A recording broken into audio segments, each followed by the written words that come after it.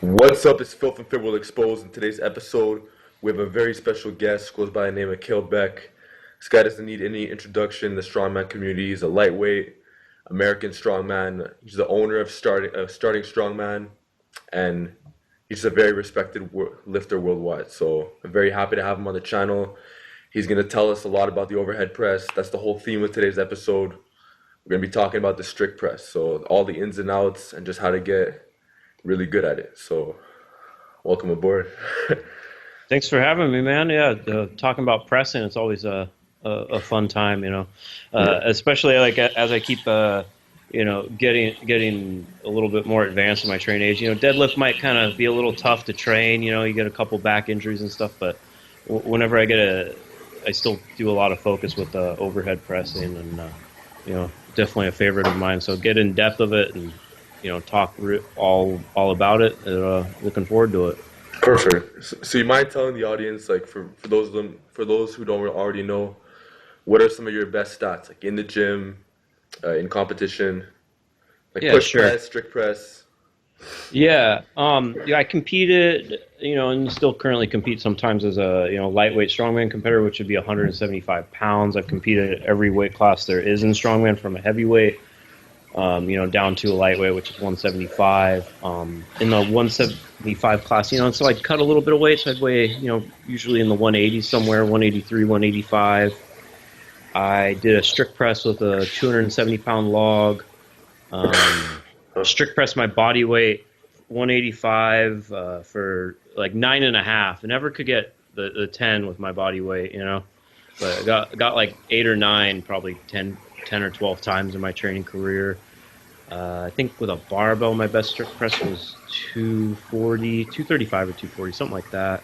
Push press, with strongman, we're always doing implements, so most of it was with a log. I did 295 on log, never could get 300 again. Some of those milestones always eluded me. I think I had the 200-pound class California state record for log press up until like last year at 270. But don't have that anymore.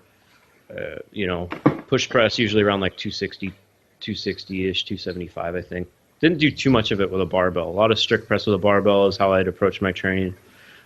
Circus dumbbell, 170 pounds, did 150 for 2 with all of the weights were loose inside the dumbbell at the Arnold class, at the Arnold World Championship. So probably could have got more if those weights were tightened up. But yeah, I put a lot of things over my head, a lot of various things with strongman. Crazy. And like this is after how many years of training around, like roughly? Most of that would be, so I started like really training for strongman in 2007, and most of those numbers were around like 2012 to 13. So this is So, competing or just starting? Like, that's like when competing. Yeah, so like 5-6 years competing in strongman. okay, Started to hit those kind of numbers.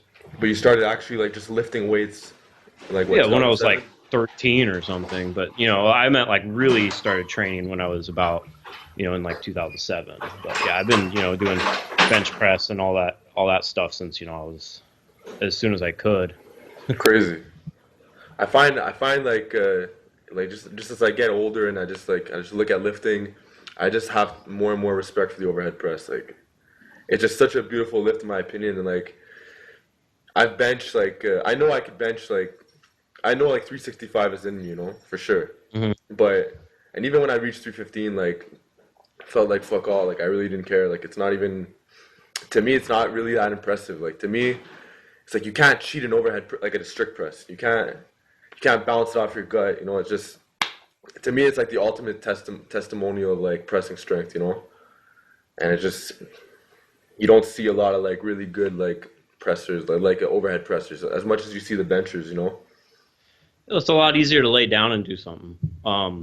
But Yeah, yeah, I never benched 315 once. I've never done for it. real. So yeah, I just didn't put as much emphasis on it. For strongman, I train it close grip for reps. Exactly. Yeah. So I do a lot of that just to build up the muscularity in the upper body. But I didn't do too much like benching for max, or even tried to be like too technical with it. So I'm sure if I put like the same kind of emphasis I did on like overhead pressing and all the little, tricks and tips, I'm sure we'll get into later on this, that Of course. could have had a bigger bench, but it was just never emphasis. And a big bench is always impressive too, but with the overhead press, it's especially if you're standing, you don't have like that pad to drive off of, so it incorporates a lot more strength in the back and the upper back and the lats to be able to stabilize the weight overhead.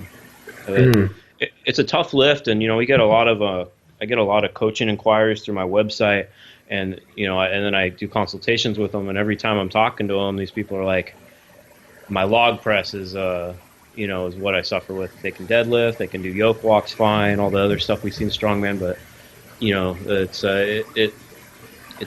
a hard lift for a lot of people. So And that's what a lot of like real like do or die lifters tend to like. It's the hard lifts, That's not to say that the bench is an easy lift. It's absolutely not. But we could all agree that like if you were to gain like 50 pounds, just sit on your couch all day, like I'm just sitting, your bench would go up, And like and kind of like the squat too. Like I have a lot of respect for the back squat. I think it's an amazing lift. But I always like the nice front squat, because you see a lot of these guys like they're front squatting and like they get past the 500 mark, and I see a lot of people, they lean forward so much they turn into like a good morning. And it's not to say it's not impressive; it's super impressive. But a nice front squat, like you see a guy who's like front squatting like 500 pounds, like he can't lean forward. It's a very strict. It's a super hard lift. Yeah, but you can't get away with it. They're such humbling lifts, But Yeah. let's get into like the strict press questions. So first things first. If someone's goal is to improve their strict press, how much push press do you think really belongs in their program? Let's say if like 80%, 80% of the presses should be done strict, maybe 20% push, because the push does have its place. But just how much do you think someone really needs if they really want to get good at the strict? If that's like your main goal is just to get good at strict press, I'd still throw a push press in there just because it's a good overload, and they really benefit from each other. But for most people, I feel like you need, in order to even do a push press correctly, you need to learn how to do a strict press first. I think it kind of really goes in line. And then when we bring like the log press into it, when I'm getting people ready for contests,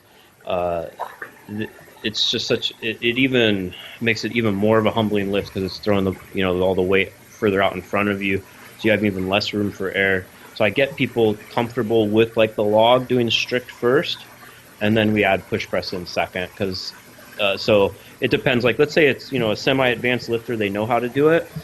I'd probably strict press 2 to 3 times a week and at least push press once. So it'd probably be like 30% of the training. I like to do like a lot of high repetitions with strict press and leave like lower reps for push press. Or even if the goal is to improve your 1 rep max for strict. Yeah, like I never had much of a benefit training the strict press. For super low reps. Yeah, for low reps, it never did much for it for me, or anecdotally through clients, I haven't seen too much benefit from it. So you're more of like a triples and like fives and stuff, or higher reps. Yeah, higher for the strict. I like to do cycles where people are doing they'll kind of you might go up to something like a heavy 5 and then back down. It really benefits from repetition just to gain the muscularity, because it's recruiting less muscle, smaller muscle groups in the body compared to like a deadlift or a back squat. So you really need to maximize that muscle size in the shoulders and everything else involved with the strict press in order to get a good strict press. Like you're saying you're impressed by strict press. When's the last time you saw someone who didn't look like they could strict press a lot that did? Mm-hmm. You never see, like, you can see someone deadlifts and you're like, does that guy deadlift a lot? And then they still can, but if someone's strict press, they tend to have bigger upper chest, big shoulders, big traps. Yeah, you can just tell. Yeah. Okay. You're not going to do it without the right, muscularity to back it up. Okay, let's talk about. This is a very general question, by the way. Okay, let's say if we're talking about variations here, right? So a lot of people when they tend to program the overhead press, they'll have like let's say just a general question, 3 programs, and Hmm. they'll run through those 3 programs. Maybe they're in like 3 week cycles or something. Then they'll jump back to program one to see if like the overhead press went up. So maybe they'll do a strict press for 3 weeks as their main lift. Maybe they'll do a Z press for 3 weeks main lift. And then maybe on the third cycle they'll have like a standing strict press like off pins or something. Like, Sure. and I know you've dealt with a lot of clients. And I know there's no right or wrong answer here. Like there's different programs work for different people, but what do you see that tends to work? Like as far as like the rotations are concerned, like the one I just told you, you think that's a good rotation? Yeah, I tend to strict press every week. Like if I'm writing someone a program, most everyone's getting ready for strongman, so push press is going to be the main movement, and then I'll do strict press for higher reps as like a secondary movement. We'll do our back stuff and then do like a third movement like Z press. So I think the other thing with improving like strict press, and overhead press is people don't do enough volume. Um, before the lift, I think it benefits a lot more from higher volume than some of the other, lifts do. Mm, So we might do like 3 pressing movements in a workout. interesting. Yeah, and like I've trained with Robert Oberst, the American record holder in the log, and like his overhead volume, his pressing volume is absurd. What people do, and that's and we've done seminars together, and that's the main thing we do is everyone's just working up to like a heavy set of their overhead, and then they kind of just move on to something else. It requires more overall volume to improve on it. A lot of drop sets, but like one thing I like if we're talking about like a 3 week program, something I've found that is really helpful for building it up is I'll tell someone like let's say for like me specifically my someone who can overhead like a heavy five might be like 185 to 205 would be like a heavy five with strict press for me. So I'm going to go down to like 95. I'm going to do my push press heavy sets is the first movement. Second movement I'm going to do strict press with like just 95 pounds and do as many reps as I can for 2 sets, right? And basically I'm trying to get something in like the 15 to 20 range, Hmm. you know? And then like the next week I'll add 20, do 115 same way, then 135, and then I cycle it through and do it again and try to beat the reps. And just do it, but like in a real controlled manner doing them. Even if I'm doing 20 reps, I'm not just doing it sloppy and throwing the barbell around. It's staying in the same, the same just controlled track. I'm controlling down with Yeah. my lats, everything, which is important. And then I'll do that, like 2 cycles of that. Then most everyone gets a good benefit once they try to do like another heavy five on strict press. Um, Okay. and I did doing that. I do it. Once I got stronger, I did 115, 135, 155 like that. And I do like 135 for like 2 sets of 20 back then. Yeah, and then I'd come back, and then I think that's how I did like 205 for 5. It really helped. It Interesting. brought everything up. So your philosophy is basically like you really like to overload with the push press for low reps, Hmm. like when the 1 to 5 or something. Then pretty much most of your strict pressing is done like over 5 reps. Like Yeah, you like like those sets of 10, those sets of like 15, 20 and stuff like that. yeah, and not getting to the point where it's like you're completely burnt, like because you can go to failure on a strict press, and it's not too fatiguing. When you're doing like a low weight like that, like if you hit 18 and you try to get 19 and it doesn't go, I don't really feel it takes much away from your training. You're Hmm. not setting yourself up. It's not like missing a heavy 3 on a deadlift. Hmm. No, exactly. Just the shoulders and like. Yeah, they're a little sore and it feels good the next day when you get that much pump. You know. Yeah, for sure. Okay, so let's talk. So basically, sorry, just to answer that question. Sure. So what would be like just roughly speaking a good three lifts to cycle through? Um, yeah, of course, it depends on Depends, yeah. yeah, it depends, but I'd say, yeah, pin press, Z press, and just strict overhead's good. But I'd always keep the push press in there if someone has a good fundamentals with lifting. Hmm. Okay. Let's talk let's talk about improving bar path with technique and stretches. So what are some basic technique tips that you could like tell the viewers and myself to really improve that bar path? Yeah, I think that's probably one of the most important things with the strict press is you see like a lot of people have like a strong bench and they're probably stronger than I am or was or anything, but their strict press isn't as good just because their bar path sucks. It's so important with it. I really like to use a thumbless grip. I think it automatically improves the bar path on strict press, and I don't know if people are gonna be able to see, like a lot of people that they have their shoulders like too rotated forward, like this. Hmm. You really need to retract the scapula. This is the number one. Like your strict press and your overhead's not going to be good until you learn how to like be here and bring the scapula down, and you're going to feel your lats right here lock in, Hmm. and then you're like this, and then you're like it's like a spring here, versus you're just loose. Hmm. You're here, and then you bring everything back, and you'll feel your lats lock in. Then you can drive off of your whole upper back when doing overhead, and then you just kind of go back like that. Does that make sense? Yeah, I understand. Yeah. Yeah. So If you but don't, if if you you don't, don't retract the scapula, it's like you're done. your shoulders are too forward and it throws off the whole bar path. Yeah, because then you're only really pressing off of this tiny little muscle versus like your whole upper back and everything. So you have to Hmm. retract the scapula, number one. Um, Mobility is huge to have that proper bar path.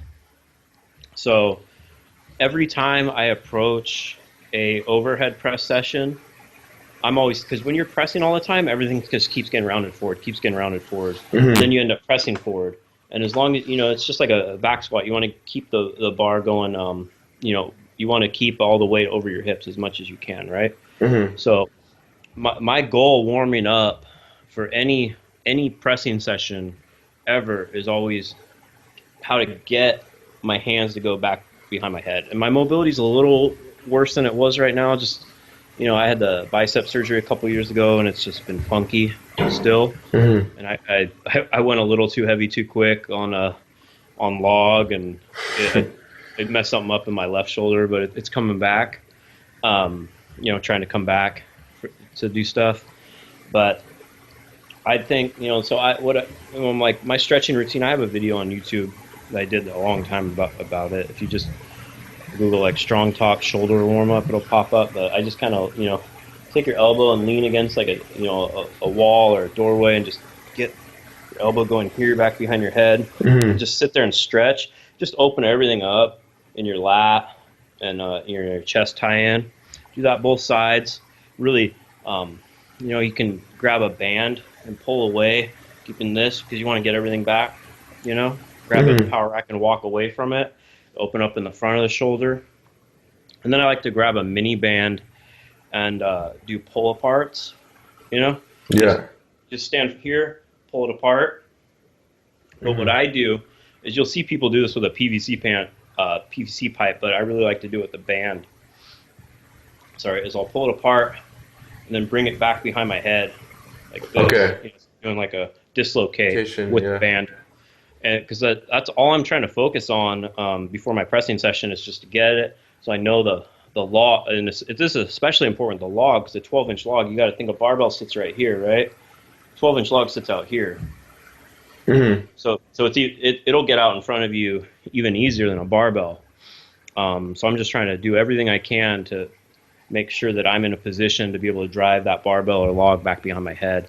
Another stretch that I use, and I found good success with my clients, is just grabbing that barbell, and if you're pressing out of like a rack, I'll just put it up over my head, and I'm driving my shoulders up and back, and then I just walk and I push the barbell up against the rack and walk under Okay. it.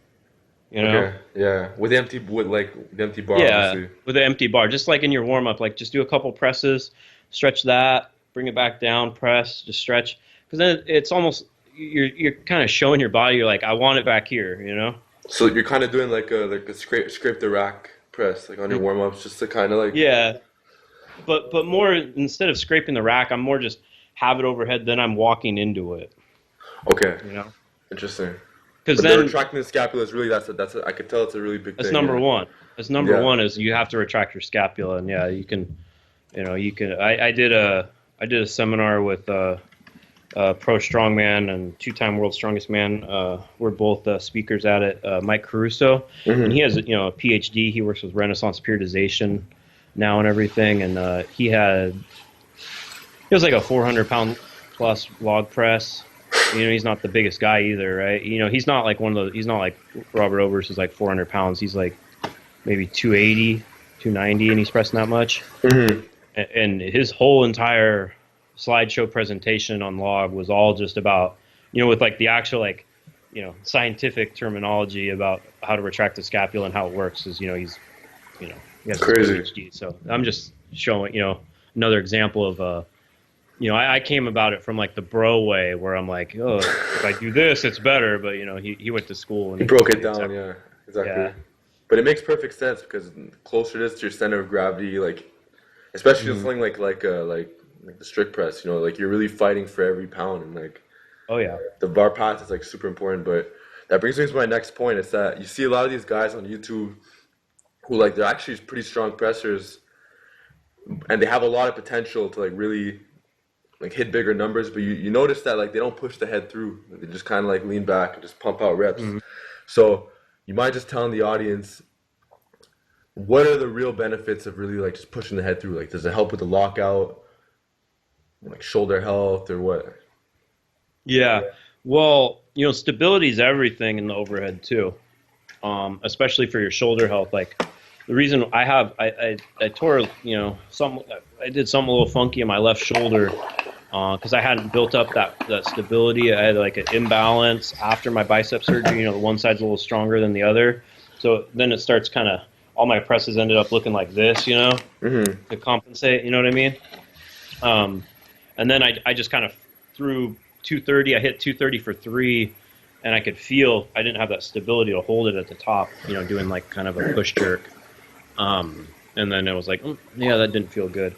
So that's why it's huge, is to build up that stability.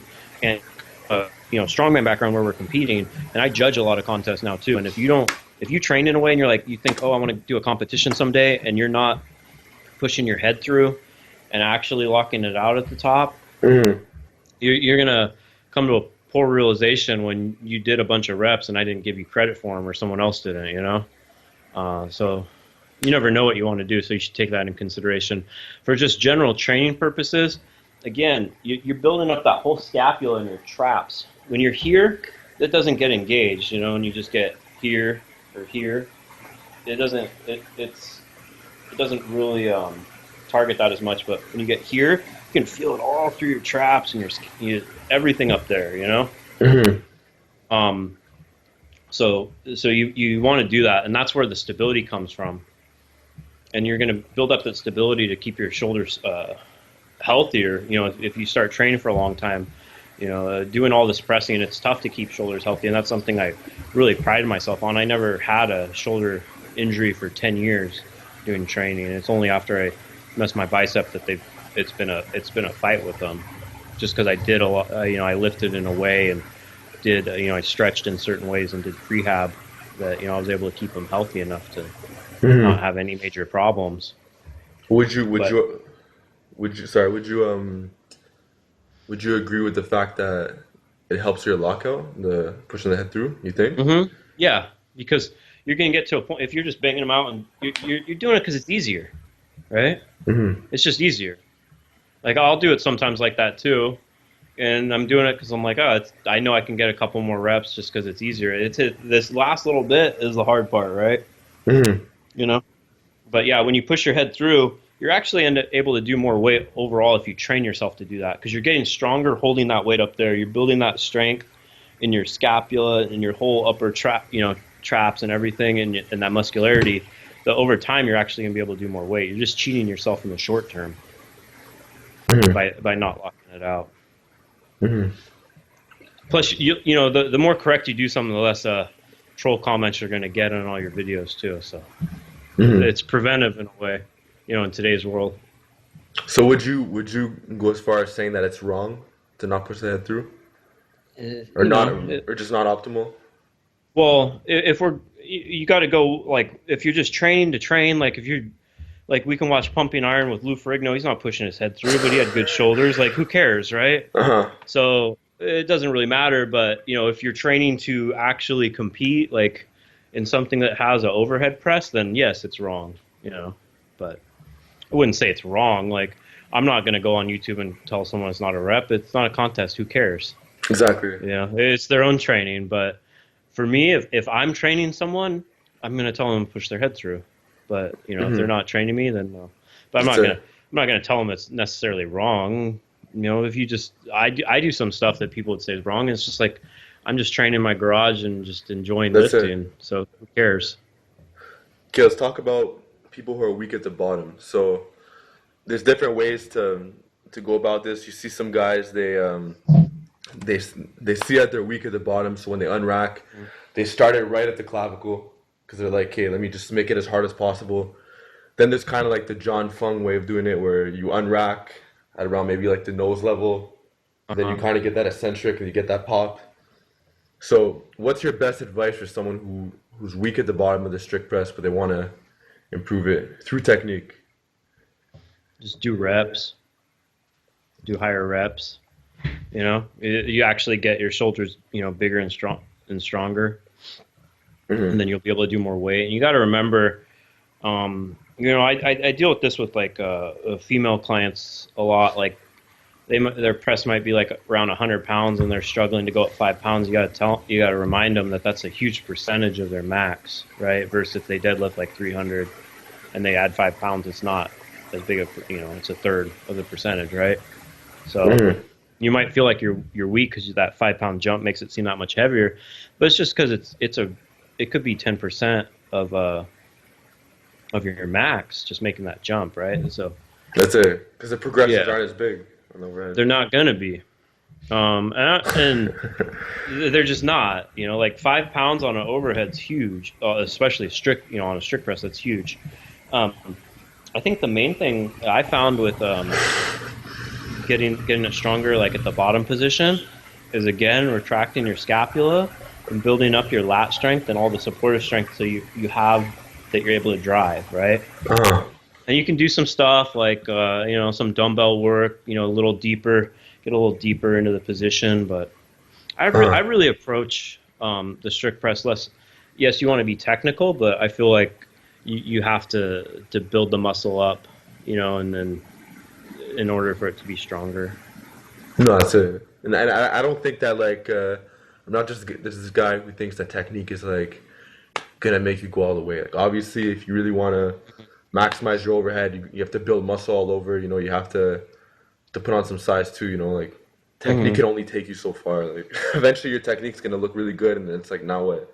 Well, You know. And I wasn't the biggest guy in the world. I'm not saying I was like had like the biggest shoulders out of anyone, but I could still strict press. So technique will definitely beat, you know, it'll get it. But you get that locked in as long as you have it. You have your technique set where, you know, you have good enough mobility that you can achieve a proper rack position. You're able to, you have strong lats, you're able to lock, you know, retract your scapula to lock everything in and push off from there. Yeah, as long as you have, you know, that basic technique locked in, then from there it's just doing the reps, really. Okay. So remember that rough example I gave you about the strict press, Z press, pin? Let's say someone's following like somewhat of a system like that, and then they have their day, like somewhat of an intensity day where they do the lower reps, and they have more of another day where it's, you know, volume. What are some volume approaches that you like for the strict press? You like 10 sets of 10?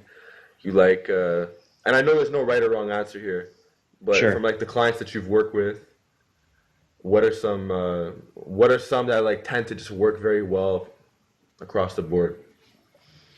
Yeah, I think just I really like, you could say it's like a 5-3-1 approach, even though that's not enough overall volume in my opinion. But if you add that like after your heavy lift, it's just extra volume. I really like going for rep PRs with the strict press. It's what I find works, and then I'll throw a third movement in after that is what I think. So that's where I really rotate it. It's going to be like some sort of push press, overhead, um, some sort of strict press, and then a third movement, whether it be dumbbells Dumbbell, yeah.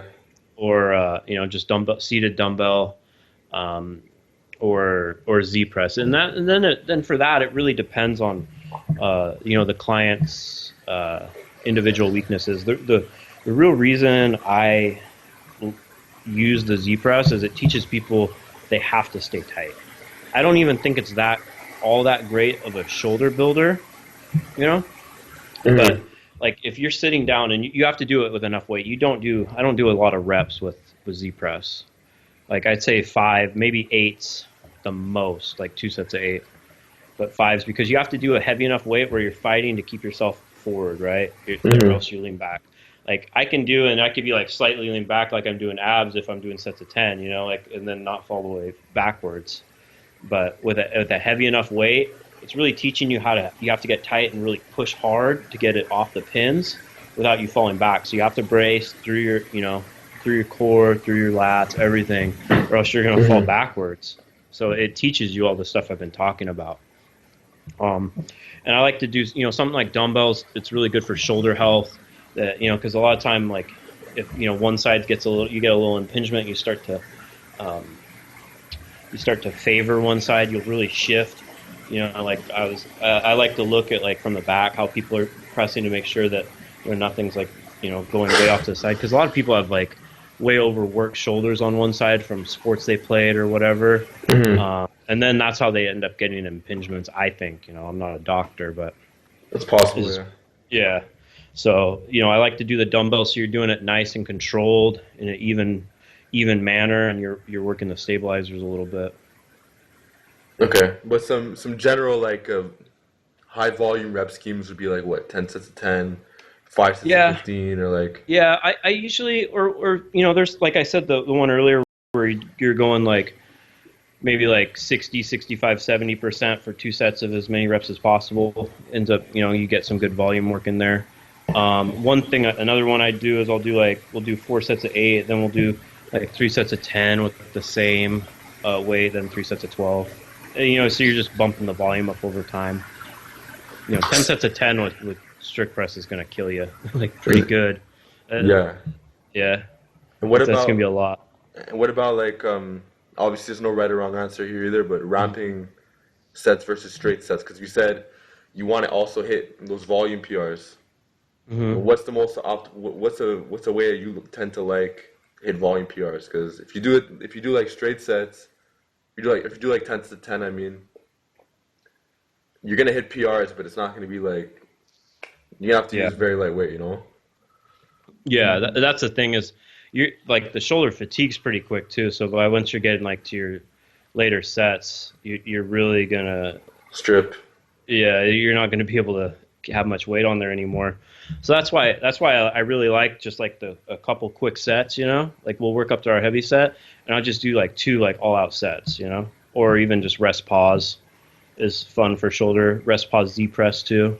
I like to do that because you start to get fatigued, and you're already sitting down, so you just kind of rest it on the pins and you go. So, rest pause would be like, you go pretty much right to failure, rack it, Okay. give yourself 15 seconds, do another set, almost a failure, rack it, do another set, you can go like that. So for like the 10 sets of 10, you would just do like that 1 or 2 heavy sets, and then on the other 8 sets, since you can't go as heavy, you just strip a bit of weight. Yeah, you could run back Something like that. go back down. I like to do that with like dumbbells too, is just kind of run the rack even, go back and forth. Mm-hmm. Doing like that's one of like if like a client just did a workout or something I'd like to do. I don't know if I don't torture the clients as much as I would, but one of my like first workouts back after contest would always be like dumbbell, strict, overhead, just because it's, it's a lower weight. You still get some blood flowing and everything. Usually after a strongman contest, your low back's pretty fried, so you don't want to do anything that's too taxing on that. So I'll just like, go from whatever starting point with the dumbbells, go up until I can't do 10, then go about all the way back down, stuff like that. Perfect. More just to keep it. It's more just to keep it fun at that point, to get the volume in a way where you're gonna keep pushing yourself and it's fun. Okay. So now with the close grip bench, you said you haven't even bench 3 plates because you're focused on the close grip bench because it brings up your overhead press. And I'm assuming a lot of strongmen from the ones I've talked to, they do it because you don't need as much weight, so it's not as taxing on the shoulders. It builds the triceps, so it helps to lock out. And it's just a nice vertical. It's just a nice horizontal press to have in there. But what I want to know is, like, more specifically, how exactly do you incorporate the close grip bench? For example, like, how close do you really go? Because you see some strongman competitors, they say close grip, and it's pretty much just like a medium grip. You see some other ones who have like their ring finger like in the smooth part of the barbell. You see some strongman guys, they do like lower reps on the close grip, and then some do high reps. Some use bands. Some don't even touch the chest. So there's a million ways to really go about it, but from your experience and your clients, how do you like to program the close grip bench? I as far as grip width, I'd say shoulder width. So just so your arms are like straight out in front of you. It's more like a medium grip, I guess you'd say. I feel like once you start where you're going like that real, like it's like here, that's way too much stress on the wrist, and you're not going to be able to control enough weight effectively, in my opinion. So, yeah, I wasn't talking about this, but like some guys, you see them like middle fingers like on the smooth, like in the smooth and the knurling. Yeah, but, and there's such a variant and size of strongman competitors. So I'm not going to say like what, but I just say just holding your arms like straight out in front of you, instead, so you don't want it to like your arms are here, or Yeah. With that, and I really use just it's more just volume and going for rep PRs with close grip bench. Not too much lower stuff, and it'll be on its own day. Like for most people, they have a like a vertical push and pull day and a horizontal push and pull day. With then do I like to do a lot of chest flies or like reverse pec deck or something with clients, because I feel like that really, this is a whole other topic, but I'll throw that in on that day, because then you're working on that crushing strength you need to like pick up Atlas stones or sandbags, etc. You need to squeeze through your chest, so that's neglected a lot in strongman's programs, is building that up. So if I had problem picking Atlas stones up off the ground, just I could load them fine because I had a good front squat and all that, but it was having the squeezing strength through my chest and my forearms. So stuff like some dumbbell flies can help with that. But yeah, it'll be on its own day. Generally, not really going much over like 75%, and usually going like, I'd say like a 5-3-1 style, but more like a lower overall percentage of your max. And I'm trying to keep most everything in like the rep outs at the end in the 8 to 15 range. Okay, so we're just trying to build up your muscle. Like, you rarely ever go under 8 reps on like close grip bench. If the goal is too much strict press. Yeah, or your overhead. No, it's just it's especially for strongman, it's an accessory movement for your like log press. Versus if you're doing powerlifting, like you see like a lot of powerlifter programs, they'll have like their bench, then they'll have like their like like extra like accessory day where they do like some strict press and whatever. So it's basically the exact opposite approach. They'll do some strict press, some dumbbell, some laterals, etc. For strongman, we'll do the opposite, where we do some close grip bench, some flies, and all that. Okay. Because it's not our competition movements putting stuff over our head, not benching like for powerlifting. Hmm. Okay. Let's talk isometrics because I was actually speaking to Josh Bryan. I had a Q&A with Hmm. him not long ago, and he was like he was talking a lot about the isometrics, and he was saying how, especially for the bench press, tend to work a lot. And who was it for? Who's that bencher? I forgot what that bencher's name was. The guy who did like 700. It doesn't matter. But he Yeah, said he's got before, a couple. yeah, he's got a couple of them now. But he said he had one bencher who was doing 700, and like a few like just 1 minute before he attempted that world record, Hmm. he would have him do like isometrics just with the empty bar, just like pressing into pins as hard as possible, and then he would go like right into the contest bench. And he Sure. said it also works for overhead press too. He said he had success trying it with clients, and it worked very well for the overhead press as well. So, have you ever tried the isometrics? And if you have, like, what's your No, to be honest, I really haven't experimented too much with them in that way. okay? Uh, the closest I'll do with that is just all the failed attempts I've had. Hmm.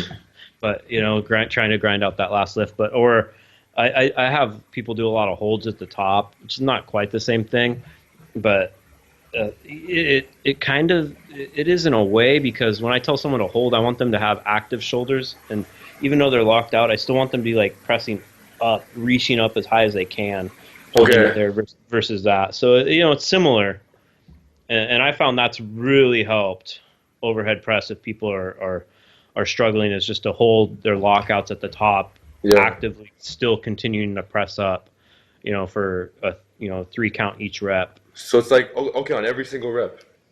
Hmm. Oh wow. Because Yeah, I was gonna ask you about that people the hate holds at it. the top. Yeah, people hate it, but we'll do a cycle of that, and then it's just what you're really doing is you're just trying to get them in you're doing the correct movement. You're overemphasizing it, but they're getting, and it's really good for your shoulder health, because all those stabilizer muscles are up. You're just pressing, and you're building up all that scapula. It's all getting built up just holding the weight. And a good way to overload that is with a yoke doing carries, overhead carries. You can set the pins so you barely have to just squat it up a little bit, Hmm. and then just have active shoulders as you walk with it. Active meaning you're pressing up and out. Okay. So You're yeah. not just you're not just holding it. It's kind of a similar Yeah. like principle to Josh's. Like you're still it's just another form of isometrics, except you're at the top instead. Yeah, you're holding the weight. You're not. I guess it might be easier for me to some clients just tell them to press into something so they actually do it. But you know, because sometimes it's hard to get that across. Like you're telling someone like pretend like you still have to keep pressing even though you've already locked it out. So maybe incorporate some of that, just pressing up into a rack at the top might help them. Just with but that's the main thing I've found. Just doing seminars and coaching people is you got to find different ways to get the same result. But what's Everyone. interesting with your method though is that with Josh it's like the empty bar. With yours, like you're actually using heavy weights, and you're doing it at the top too. It's a Mm, different way to go about it that I never heard about before. And it also yeah, adds it increases the time under tension too. So you said three that seconds. too. So you're doing the sets at 10. That's like an extra 30 seconds just from holds at the top. Yeah. So yeah, just there you're gonna just from the time under tension, it's gonna probably have good benefits on helping with the building up the muscularity. Hmm. So, and I know Josh, from what I've talked to Josh a little, from what I can understand, he's big into that with time under tension. He's big into rest pause and stuff. So, makes sense. Hmm. Okay, so let's talk about. Okay, let's talk about like explosive medicine ball throws. So some lifters out there, like I've watched some strongmen who, before they overhead press, they do their warm up and all that. They do their warm up. They're working their before they even start touching the barbell and working up to sets. they'll do like their band work, like their pull apart the stuff, but they'll grab like a heavy medicine ball and they'll throw it upward. You know, like guys like Christian Thibodeau, that Chandler strongman guy. Like I've seen it a few times. You know, and what's your take on it? Yeah, I think, doing explosive movements can be really beneficial throws. I don't incorporate them enough in my own training. I have with some people.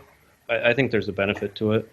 And anytime you're thinking about like adding a movement, you have to say what does it take away? Like what's the risk? Like if you do like 3 sets of threes with the medicine ball, you throw it as hard as you can. Like how is that negatively affecting everything? Even if it doesn't help anything, it's not really going to take anything away. If anything, it just warms you up a little better. You got in that motion of like being ready to just really explode.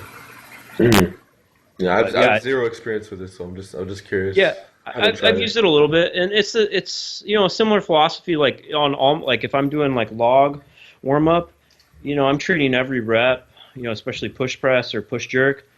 I'm making it look like I'm, like it's a max. Like you're just explosively throwing it up every rep. Mm-hmm. So, and then I feel like because I see a lot of people just not treating their warm ups with respect, and then they get up to a heavy weight. And they're like, oh shit, it feels heavy. But if you like approach every set as you're going up like it's heavy, then you're already in that mindset. A lot of this is all about mental and preparing yourself for that top set a lot of the time. So however you have to do that. I know that there's, there's some studies that show that throws and it has good, muscle recruitment and everything like that, Mm-hmm. for force transfer and all that. So there's definitely a benefit. Mm-hmm. Okay, let's talk about the eccentric part of the strict press. There's guys like, I'm pretty sure it was Paul Carter. I think they say you should like kind of curl the eccentric. Yeah. Like basically, how do you use your biceps to your advantage when you're doing something like a strict press? What biceps? Your. Kidding. Yeah, especially on log, it's huge. Like, you said there's no tips or tricks, but that's one of the things that, like, I could strict press more on a log just because I learned more of the tips and tricks on it, So, like, I have a video, kind of showing it on my YouTube about the log. But yeah, when I'm bringing like the log back down, like a lot of people will drop it here, and then their elbows are down here, and then they're trying to press the log from here, right? Versus me. I try to keep my elbow up as high as I can, and I drop the log here, and my elbow's already high, then I can just press back like this. I just shorten the range of motion like a ton, and I kept it more over the center of my body. So yeah, even on the strict, I just try to control it versus like if you just let it drop down, it ends up going lower on your shoulder, like down more on your chest and then up on your shoulder. And you're just you're not in as good of a position to do the next press. Like, I don't know if you notice, like watching a lot of people, I know for me, like on a lot of overhead movements, my first rep's the hardest because you get it out of the rack or you clean it and you're in this position. If I get it over my, head and I'm able to use the stretch reflex and then and then like I have all that built up, I have that built up. The second and third reps tend to be easier. Like most everything I can do for one, I could do for 2 or 3. Yeah, it's because you have the stretch reflex for sure. Yeah, and you're able to just get in a better position if you're smart about it. Mm-hmm. But instead of just like you can kind of get under the weight, out of the rack. But if I'm lowering it, getting a stretch and keeping my elbows a little higher, less on the barbell than on log, but. But what's a good cue for that? Like is it to kind of like when you're doing the eccentric, you try to make your forearm touch your bicep or something, or? Yeah, I tell people do like it's like a reverse tricep extension. I'm just like keep your elbows high, elbows high, elbows high. But yeah, with the barbell, I keep it a little lower, but more just I tell people to emphasize like almost like for me, I feel like I'm almost doing like a lat pull down to like load my lats up.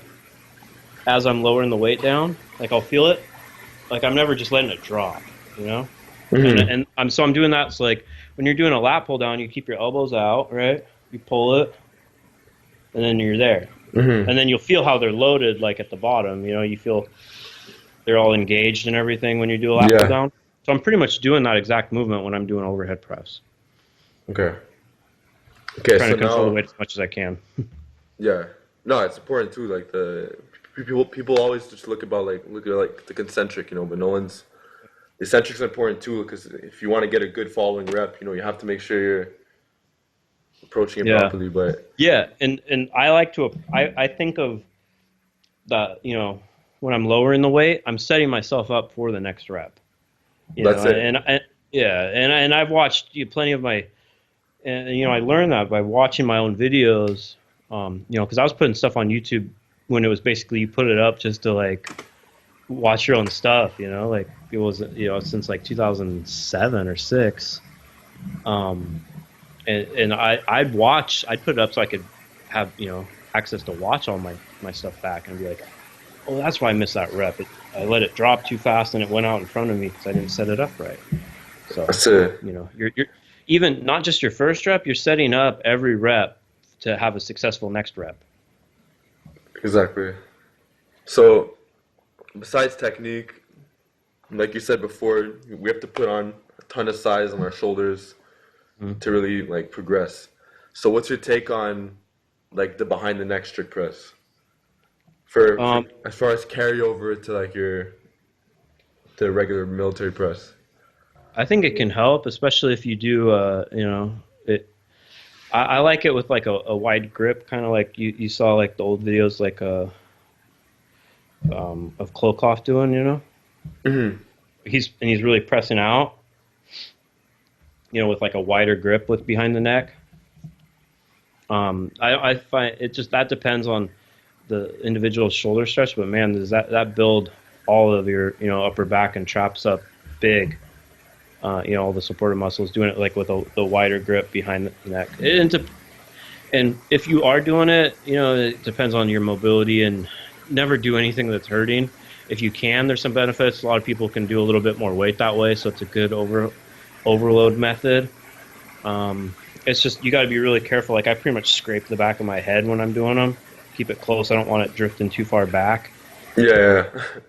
Um, and I don't bring it like all the way back down to my neck each rep. It's probably like, like mid or like the base of like pretty much to my head.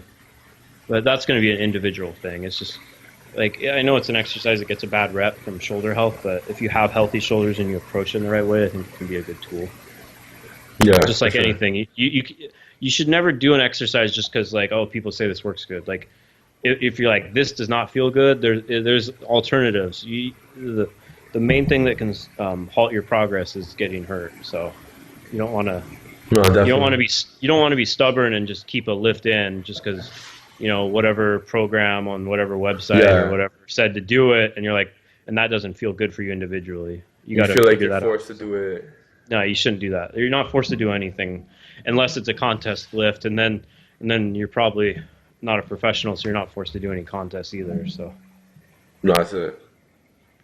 Okay, so let's talk about like the long head of the triceps, right?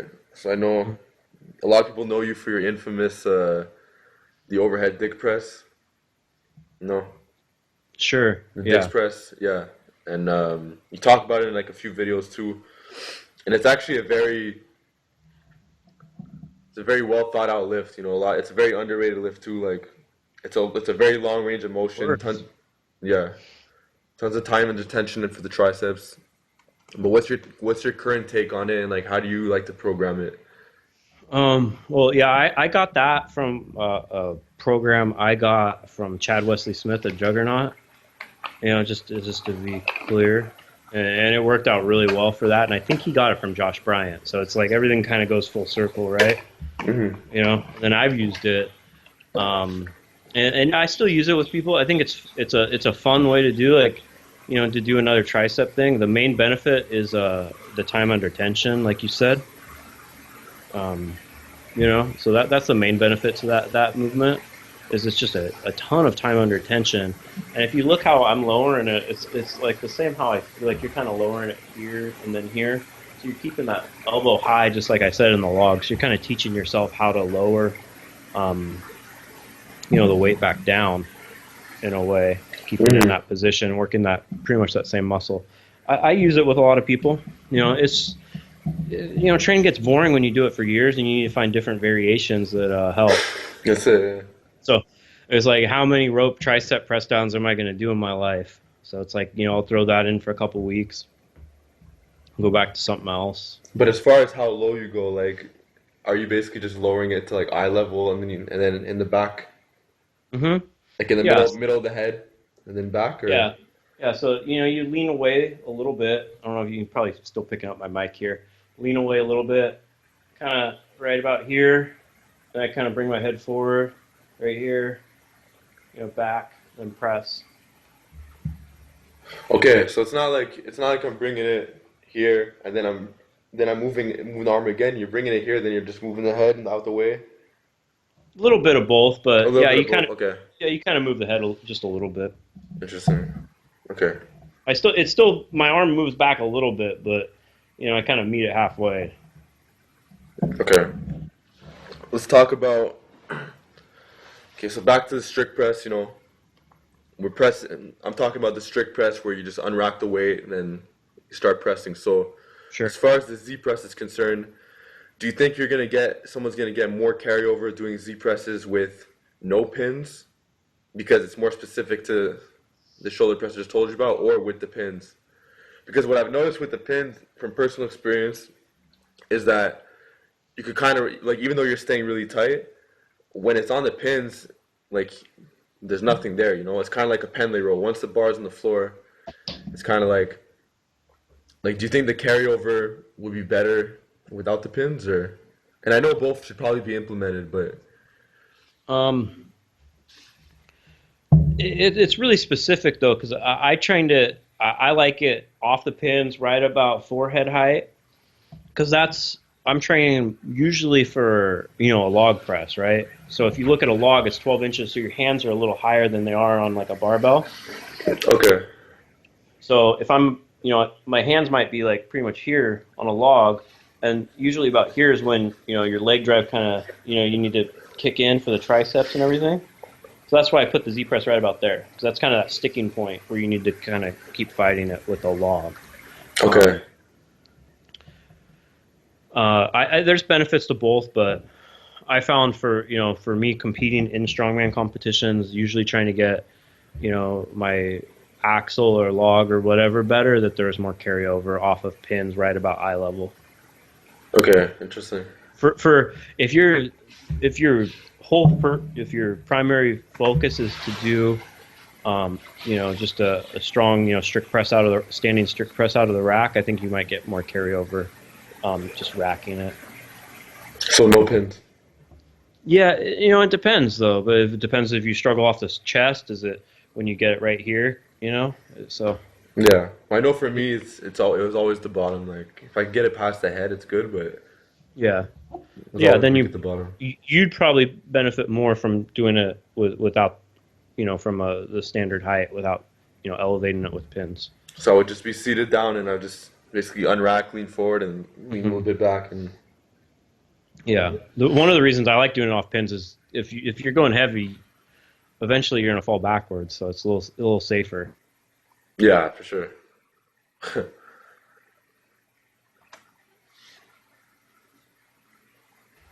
Yeah. I've definitely a couple times. It's fun. My bad. You cut off for a sec. You there? Oh, yeah, I'm here. Perfect. Okay. Okay. Here's an interesting question now. Why is it that some people are stronger with a thumbless grip, knowing that you can't squeeze the bar as hard? To me, I find it so interesting, and I also found that for me personally, with pull-ups, weighted pull-ups, I'm way stronger with the thumbless grip, even though I can't grip the bar as hard. Yeah, I am too. Both ways with pull-ups and with pressing. I think the bar pass better. Probably that we're I'm joking, but that we're still monkeys in some way. We just want to we're not used to having thumbs. We're not used to that. we're still getting used to it. But no, I, Mm. I think for the overhead, it's definitely the bar path. You can still squeeze like this, man. Like you're still No, for sure, squeezing, for sure. but You can still get a good squeeze, but like compared to my squeeze when I have the thumb yeah. around, it's like a big Well, difference. I know like when I'm doing with the thumb, I feel like it kind of closes everything off in like my like chest to shoulder tie-in versus here. Like it just feels like it opens it up and I can just get a better bar path. Um, I think it's just more that you're able to get a better position that the bar travels in or that you travel in. That You would know? make sense, yeah. But yeah, that makes a lot of sense actually. Yeah, you get a Yeah, I better don't bar think. path. Yeah, it's I know like squeezing the bar is big. Even you might find interesting, but for me like I know for me like on log, I definitely grip the bar, but I know some Yeah, very hope strong people that don't. for real. Yeah, like Oberst, he runs his thumb down the handle like this. So Oh this wow. is like resting on, and he got that from some, I remember some, pro strongman told us that trick at some point that it helps. And for me, it didn't, but for him, it did. So it's just like anything. So some of these Yeah, little things that people hear today will help, and then some people will make it worse. But that's kind of lifting's like a big journey. You take little bits here, you learn from there, you go, and then you throw some of the stuff out. Everything's a tool. Some of it yeah. you keep, some of it you pass on to others. Like that didn't work for me, but I've told some of my clients, I'm like, hey, just try that, and they're like, wow, it really That's just it. feels they have a lot more stability. So That's what makes a good coach too. It's knowing that like you don't have to use all these tools, but to know that they're all at your disposal and you can use the right tools. Like it might not work for you, but you can use it for a client or something. hmm I just look at it like a buffet. You take what you want, you leave what you want. It's all there. Like, but with less overindulgence. that's it. But so you're basically with the thumbless, you're basically trading like a hard grip for better bar path. In Yeah, other that would words. be my take on it. Anyway, and all your best strict press numbers that you told me about earlier, those are all thumbless. I think so. Pretty sure. I might have forgot once or twice, but most likely, if I was to try to hit something heavy right now, I'd do it thumbless.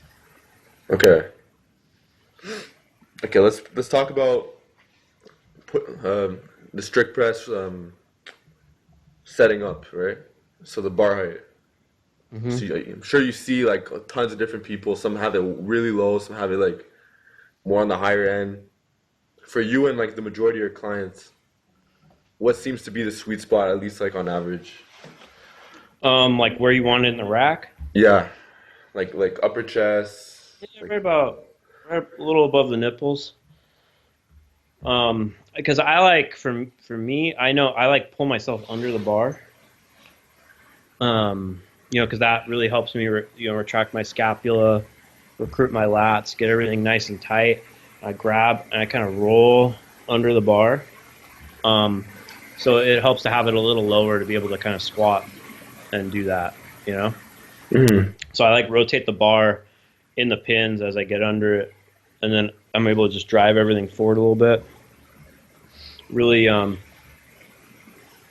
get my lats tight. Retract my scapula.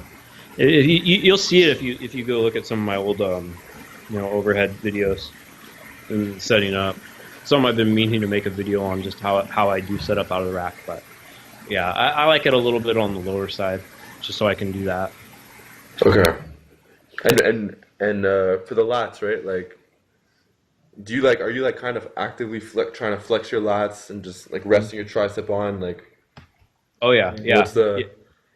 Yeah, it's just like how you'd be at the bottom of a lat pull down. You Okay, know, okay. it's like the same movement. The lats are flared out, and you're pushing into your tricep. Hmm. Okay. It's a pretty amateur question, but I thought I'd ask it anyways. If let's say you're trying to go for like a push press max, right? hmm Trying to like get like a 1 to 3 rep max. Do you do all your warm up sets with a push press, or would you kind of do like? Because some lifters have done this. They'll do like the strict presses as their warm up, and then once it starts getting heavier, then they'll start using a little bit more leg. And there's other people who just they push the whole time. Hmm. What I'm thinking is push the whole time, but I want to know your answer. Yeah, I might do like the empty bar strict, just like a warm up, but like actual working sets, I'm gonna be pushing the whole time. Because like I said earlier, when you're talking about the throws, like when I'm doing all my warm ups the same way because I'm preparing myself. Like I almost want that bar to like fly out of my hands. I'm trying to be so explosive, even if it's like 135 or something, right? Mm, Like it's not close to my max, but because you have to warm up, you have to the movement pattern, you got to get ready to do it if you have an efficient push press. And there's people that have a lot more efficient push press than I do, but yeah, no, I'm using the legs. It's a skill and tying it all in. So I'm not going to wait till my shoulders are pre-fatigued and do that, then to add a little extra leg. mm, I feel like the people that do that don't have as efficient of a push press usually. mm. Okay, let's talk. It's a pretty random one, but mouth guards, right? Hmm. Because I remember when I was doing the threes, which I still am on the bench. I remember one time I just put my shirt in my mouth, and like I was just biting into my shirt really hard, and I felt like it was easier to like my grinds felt really smooth.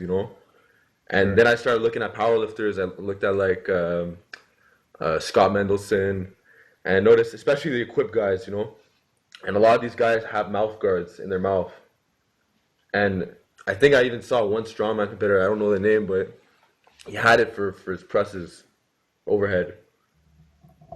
What do you think? What do you think that's all about? You think the fact that you could really bite into it, it kind of just makes you like more aggressive, or?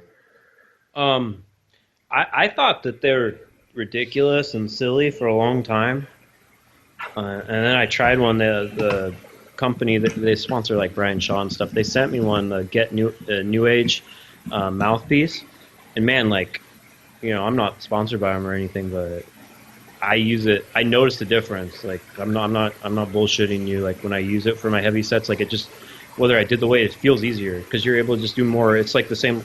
I feel like it's the same like when you're able to grip a bar harder. Like it's just you're able to clench and bite down. Yeah, so Mm, it's helped a lot, and especially that one. It's small. It's not. It's meant to lift with versus just being like a mouth guard. Like that's what it was designed for, is for lifters. I think like Furious Pete has some involvement with them or something. But mm, yeah, I used to like I'd see people. I never did it my whole competitive career. I wish I would have. I feel like it would help.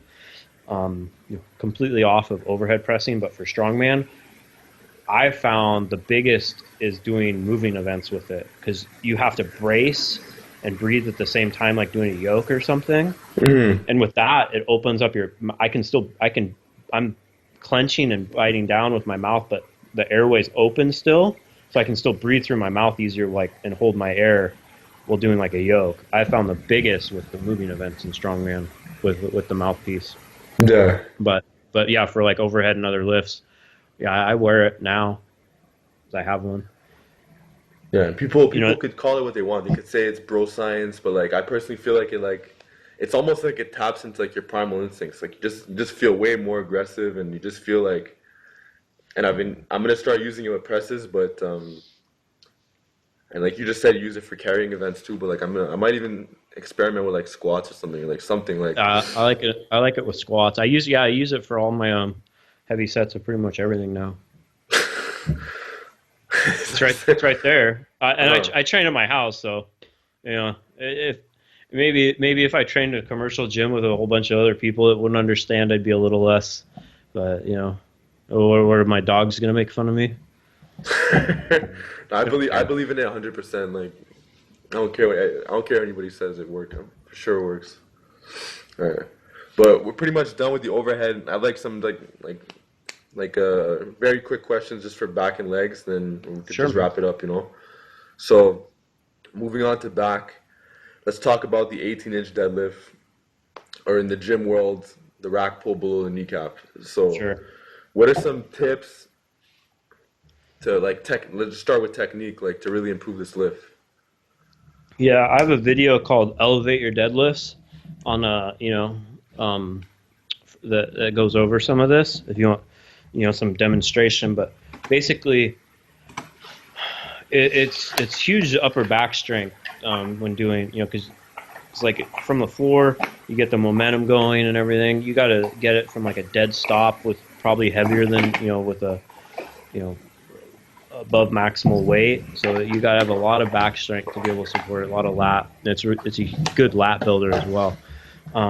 I like to think to push my knees out, at the Like, bottom versus okay, yeah, out to the side like you would a squat, and that brings the hips more into it. You're opening up through like the groin and everything, and then you're able to sit back a little bit more too.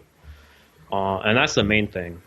If you can kind of push your knees out, get that leg drive at the bottom, it'll help your elevated height deadlifts. hmm So that's the it's main. just that really like that those first like 2 inches below the knee that like.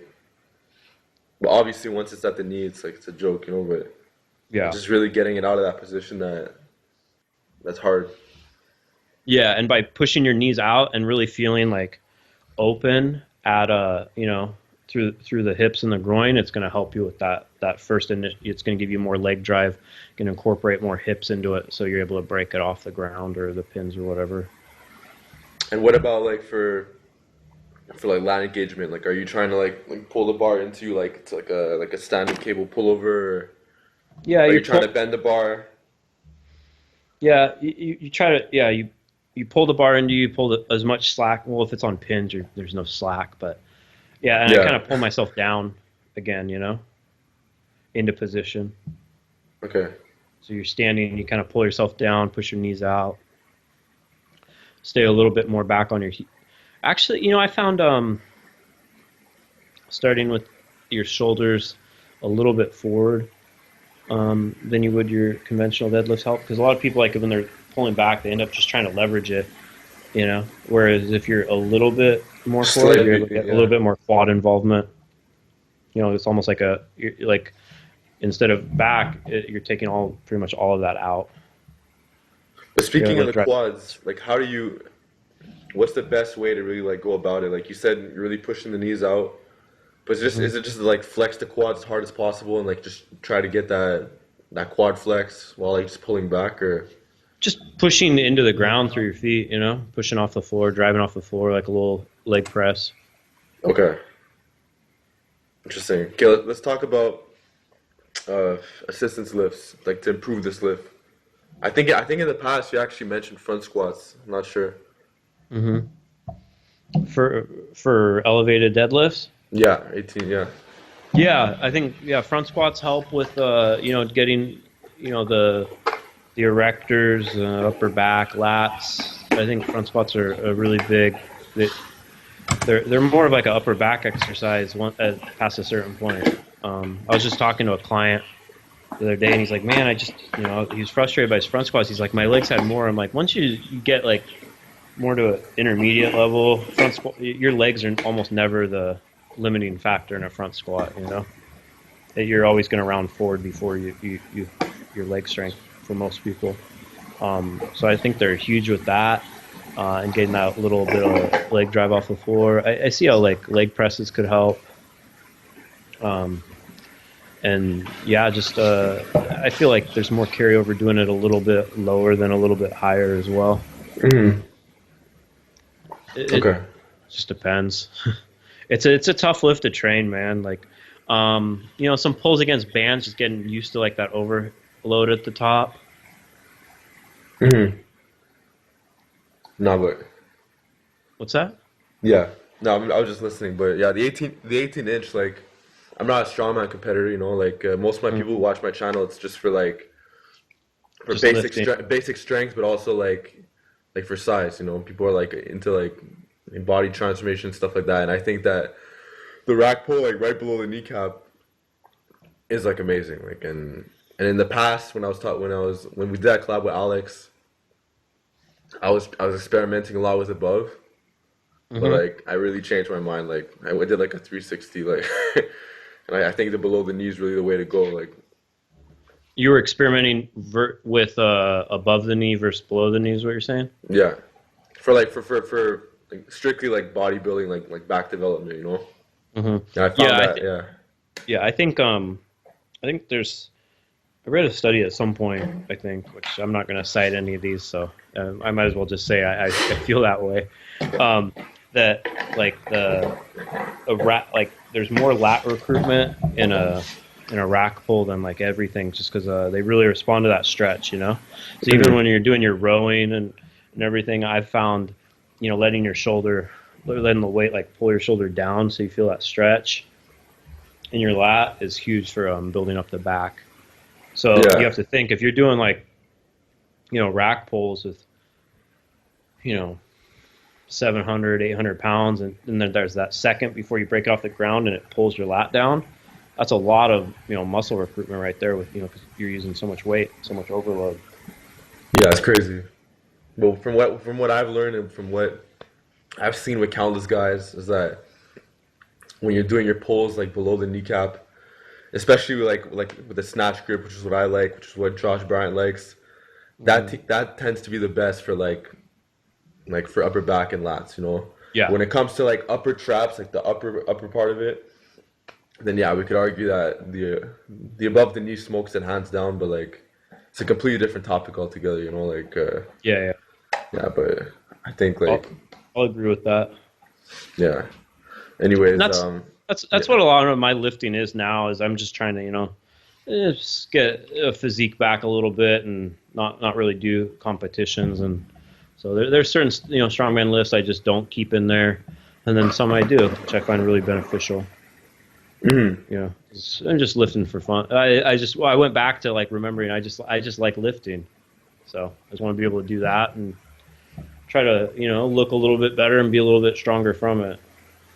Well, that's the reason why we got into this anyway in the first Exactly. place, you know, is to Yeah. have fun, you know. It's important to Hmm. not lose sight of that, you know, because you don't want to feel like it's a chore where it's like, yeah, I have to train. You should just feel like you want to train, you know, and like, Yeah, and with contests, it can get like that, you know. And I think there's a lot of benefits to competing because you really do push yourself, especially once you feel like that, you know, and you want to get to that next level. But then at some point, you realize, eh, I feel like it can run its course too.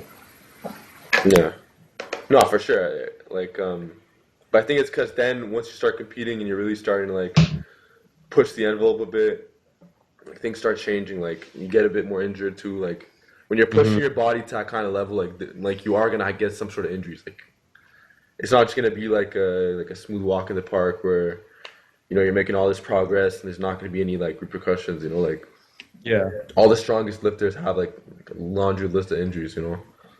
Yeah. So yeah, my approach to lifting these days is to be able to do it again tomorrow. Yeah.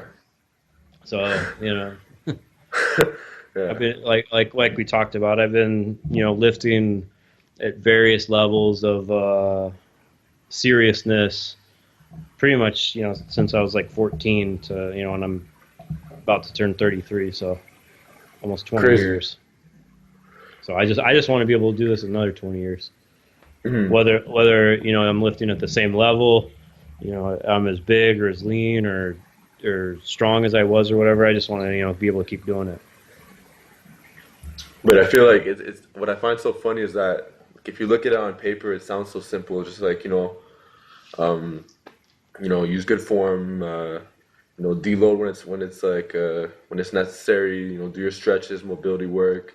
Like it sounds so simple, but then like it's really the ego that gets in the way. Like sometimes you just want to push extra hard, and like you look at your numbers from last year, and you're like, wow, I'm only doing this year. Like Yeah.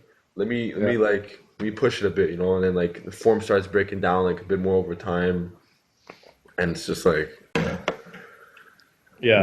that's where I feel like that's where I feel like the injuries start to happen. Is that It is, and then, you know, but try, then you have to find a whole other level of motivation. Once, like for me, like I have a lot of PRs I probably will never eclipse at this point, you know. So you got to figure out how you're gonna measure progress from there. it's just like in this video, like it was a very subtle thing, but like I caught it where you're talking about your client and how the 5 pounds in the overhead press is not it's not like a deadlift like 5 pounds, you know? Like Hmm. 5 pounds on like an overhead press, it's probably like a good like 15, 20 pounds on a deadlift at least, you know? At least, yeah. At least. It's like if I feel like if I were to just be like a little bit more mature and just think of it more like in the long run and just look at those like those 2.5 pound plates Hmm. and not really like laugh at them as much and like take them more seriously over time, I'd be so much better and all. Yeah, most people would, but the problem is like, everyone says that. Like, people told me that when I was 24. I didn't listen. You're not going to listen. Someone who's 24, they're not going to listen to this either because, when you are, it's just a whole different mindset. Your priorities change. Now I'm running a whole business. I got clients approach her, starting a family, everything. Like it kind of changes. Like when I say I'm not going to hit some of those PRs, it's almost harder having gotten to a certain level and knowing what it takes to get there versus just like blind enthusiasm, That's right? it. Yeah. So like I'm just like I'm gonna get better, I'm gonna get better, I'm gonna get. But then once you got there and you're like, okay, I was this far away from my goal, and you knew everything you put into it, and then you have different. I'm like, I know what it takes to do that, and I'm not training that hard and doing that anymore. Like that's too much. Like I don't want to put that much into it anymore. Like I have other Hmm. priorities in life, and that's fine. I'm not. I'm just saying it's different. Like it's fun because I found lifting to be a journey. It teaches you a lot about yourself. Hopefully that you can take to other parts of your life, and that same kind of setting goals, achieving them, failing them, you know, cheating yourself by trying to go too heavy and then getting hurt, like that kind of stuff. If you're smart about it, you should be able to transfer over to, family and Yeah, it carries relationships and over for sure. Yeah. business. It should, you know, you that at least that's how it worked for me. So I find it fun just thinking about all the kind of life lessons it can give you. Mhm. You just have to Uh, you know, look for the clues and like you tend to know like it builds character for sure. Like at least like for most people, mhm. it teaches you work ethic. Like someone who's like drug free, like that lifts like 700, like and who doesn't have like the best build for it, they have like short arms or something. Like Yeah. for sure they went on like a crazy journey to get there. Yeah, or even someone that took drugs. Yeah, That shit's hard too. of course, for sure. But yeah, But um, yeah, it's all yeah. You go on. It's just that's why and everyone's on their own journey, and like for me, it's like I had like a peak of competition, and even then, like when I compared my numbers, are only like within 15% of what they were. Like long term, that's not that bad, really. You know, if you're going like you built up to a certain level, like in your late 20s, it could probably get stronger again in different ways. Um, but what people don't see is like when they're talking about strict press is like for strict press for me, it was a lift that I wrote an article about this on my website on startingstrongman.com about not masking your weaknesses, right? So like we all have a lift, like, oh, I struggle with that, and you're kind of like embarrassed about how much weight you do. And for a lot of people, that is the strict press because yeah, for it most is people, such a, and it was for me too. Like I remember I wouldn't do strict press because like I could do push presses with like 185 or something, but my working sets for strict press like 95 got heavy real quick. I'd be like, I don't want to tell anyone that I was only using like 95 pounds, right?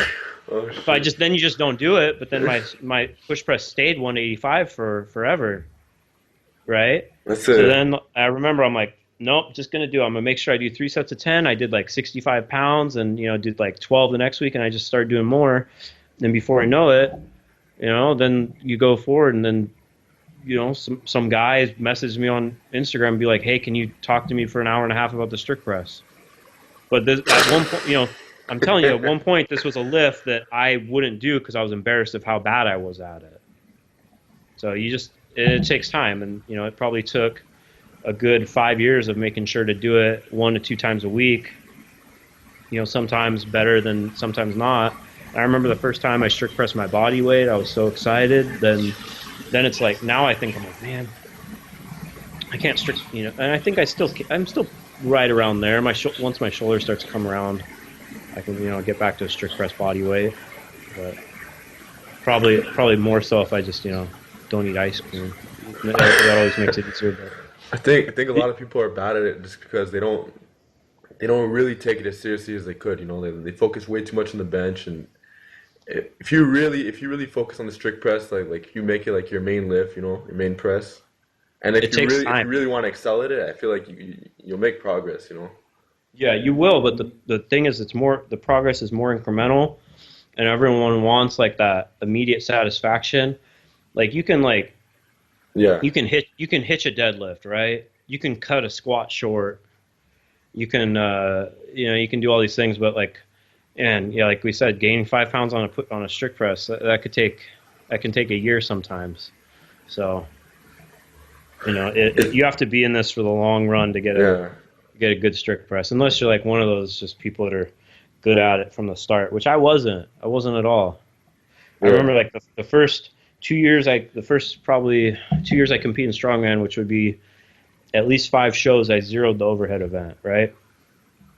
So that's why I put emphasis on it hmm because I didn't it's want to do almost that. like the strict press is like the complete opposite of the generation of today. The generations of today with like the internet and like new lifters coming in, everybody wants everything like fast, and the Yeah, strict that's press, not. it's not like that at all. Like, Yeah, I think a lot of people say it's the generation today, but I think everyone wants everything fast. When I was 20, I wanted everything fast. It just wouldn't yeah, happen, so I had to keep doing it.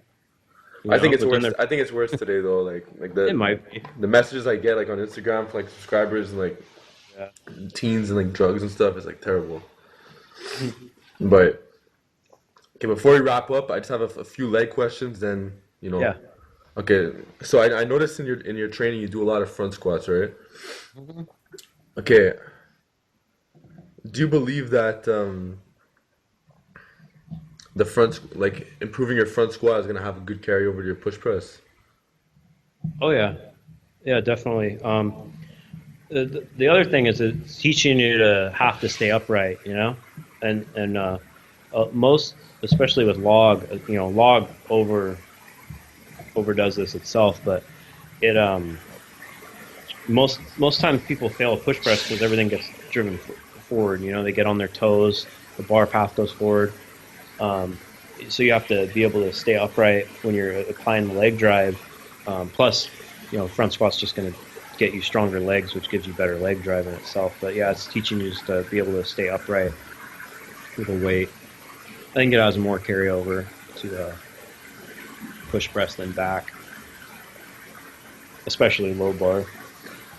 Low bar has its benefits too, but not as much for carryover to pressing, in my Mhm. opinion.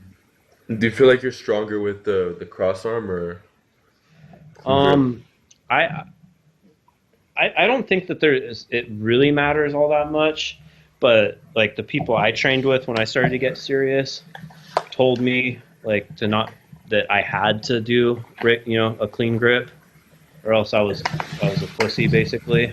So I like forced myself to do it and it fucked my fingers hurt forever until I just got it.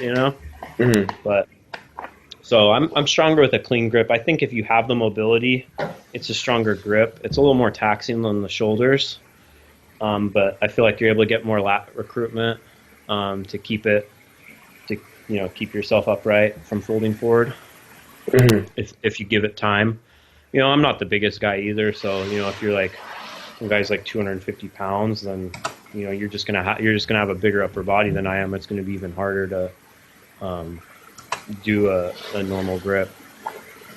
hmm Well, what I feel is people really bastardize is they treat like they'll take the safety squat bar, and they'll put it in the front, and they'll act like it's a front squat, which it's not, Yeah, what's in up my with that? opinion. Is it easier? I think a safety squat bar is cambered, right? So what it does is I like to use the safety squat bar because it's actually a lot like the front squat. Because if you look at how the weights come down from the bar, they kind of push them forward. So the weight's it's more towards your front than a back squat. But think about it. What happens if you put it in the front? it puts it towards the back to make it more like a back squat. So I think Exactly. it. So I don't. So Okay. I don't. It's not like a direct. I think it's a variation. You just can't compare it to a front squat. Some people find good success with it. Um, but when people say they PR'd their front squat, then they show me that they had a turned Safe. around safety squat bar. I'm like, no, you PR'd your front facing safety squat bar. It's different. Like, You think it's a really significant difference though with the yeah, a safety? lot people can do more weight because it's pushing the weight back versus a front squat's more forward because of the camber of the bar. Like on average, how much? We talking like 50 pounds or like? I don't know. I've never I tried it once and it felt it felt a lot easier in a front squat. That's all I know. Wow. Because the people ask, they're like, I like to do it like this, and again, it comes back to like masking your weaknesses. If you're using it because you know why you're using it and you have a specific reason and you That's consider it. its own Yeah. variation, that's fine. But if you're doing it because you find front squats hard and you want to avoid them, then it's not a good idea, my opinion. Okay. What about someone who like wants to improve their front squat, right? Hmm. What's your take on heavy like iso hold walkouts? Guys they'll do like I don't know 115, 120% of their max, whatever, and they'll Yeah, walk it out for like 10 to 30 seconds. yeah, I've done those. They have a place. What's your take on it? They can be helpful if someone. Yeah, they work. I've done them and they have their place. If someone struggles with staying upright with their core and they're always rounding forward, it can help because you're basically forcing yourself to stay in that position. Mhm. Um, but I don't think they should be used like week in, week out. No, that's Maybe for it. like a 3 week cycle or something. Just because you're using, above your max, it's just going to be more taxing. So, but they have their place. And what I about if like someone's sorry, weak at the bottom of a front squat? I like pauses. Pauses. Yeah. Most all the a lot of the front squat training I have with new clients is with a pause in the front because I'm using it like as a way to you know gauge them like to see how they respond to it. Hmm. That's how like the first like 2 weeks of pretty much any custom program I write is you're kind of okay, they responded like this to this, and you kind of can go from there. Hmm. Okay. We got like two more questions and we'll wrap it up. But So um, okay, well actually three. Okay, do you ever go through any phases in your training where like any beltless phases, or do you pretty much belt up year round? Like, there's a lot of people get a benefit from no belt training. For myself, all it got me was a hernia. So um, I like especially it really depends on the lift. Like I'll do some. I don't really like doing no belt training for a higher percentage. Like above 80%.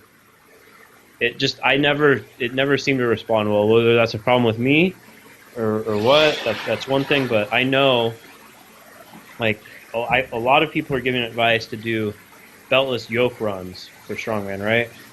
So I'm like, okay, I'm gonna go do beltless yoke runs, and I started doing. I did a cycle of them, and I got a hernia, and I know 3 other people that this happened to when they're gonna do a beltless yoke run, at least 3 cycles. So, oh my god. so definitely belt up for yoke. No, for sure, for sure. Um, but I've been doing more beltless training just because like I'm keeping a lot of my training like super light right now, so we might as That's well it. do it without a belt. But yeah, just doing like 3 sets of 10, even with a light weight on front squats with no belt. Like my abs are, I don't know if it says more about how like deconditioned I am but like my abs are toast the next day. You know, Ah, beltless front squats are like, especially with like a pause and like high reps, it's it's brutal. torture. Yeah. So if you are just think about the risk versus the reward. And the way I see it is like if you just belt up to your top sets, you still did beltless training, right? I'm just That's not it. I'm That's not it. I'm not gonna worry about like what my beltless max is.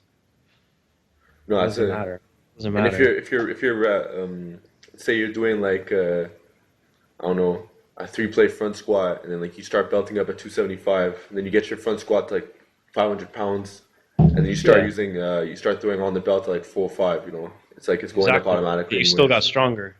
That's It's not it. like not like you kept putting your belt on at 185 for or 280 225 the whole time. It's probably going up because you're just stronger overall. What about these like?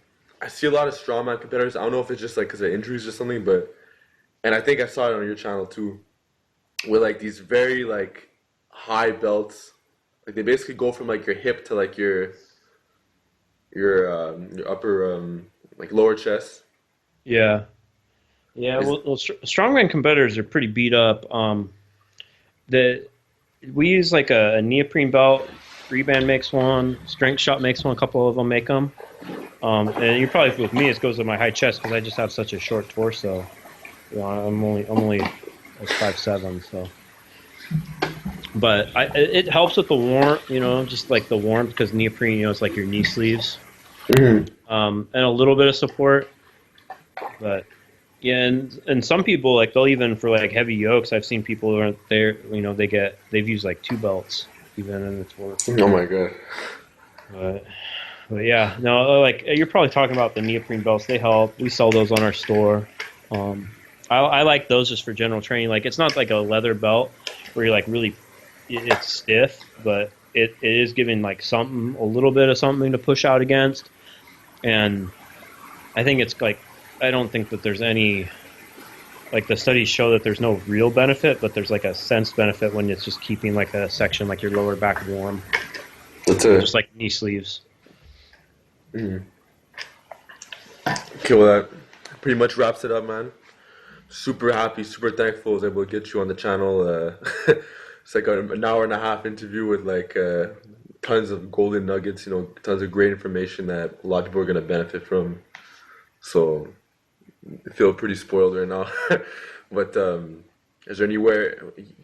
What's your channel like? Starting Strongman, your Yeah, contacts. yeah, appreciate you having me on.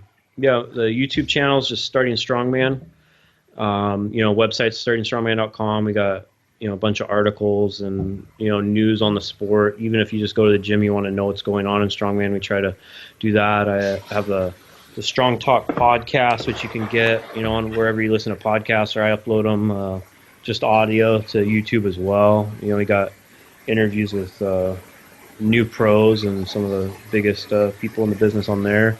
And we got a whole web store, where we got coaching and programs and ebooks with a lot more information, along with like products like knee sleeves, belts, pretty much everything you need for training. Top brands like SBD and all those stuff. So that's store.startingstrongman.com. Then it's Starting Strongman all on every social media, and my own like personal Instagram and everything is Let Kale Lift.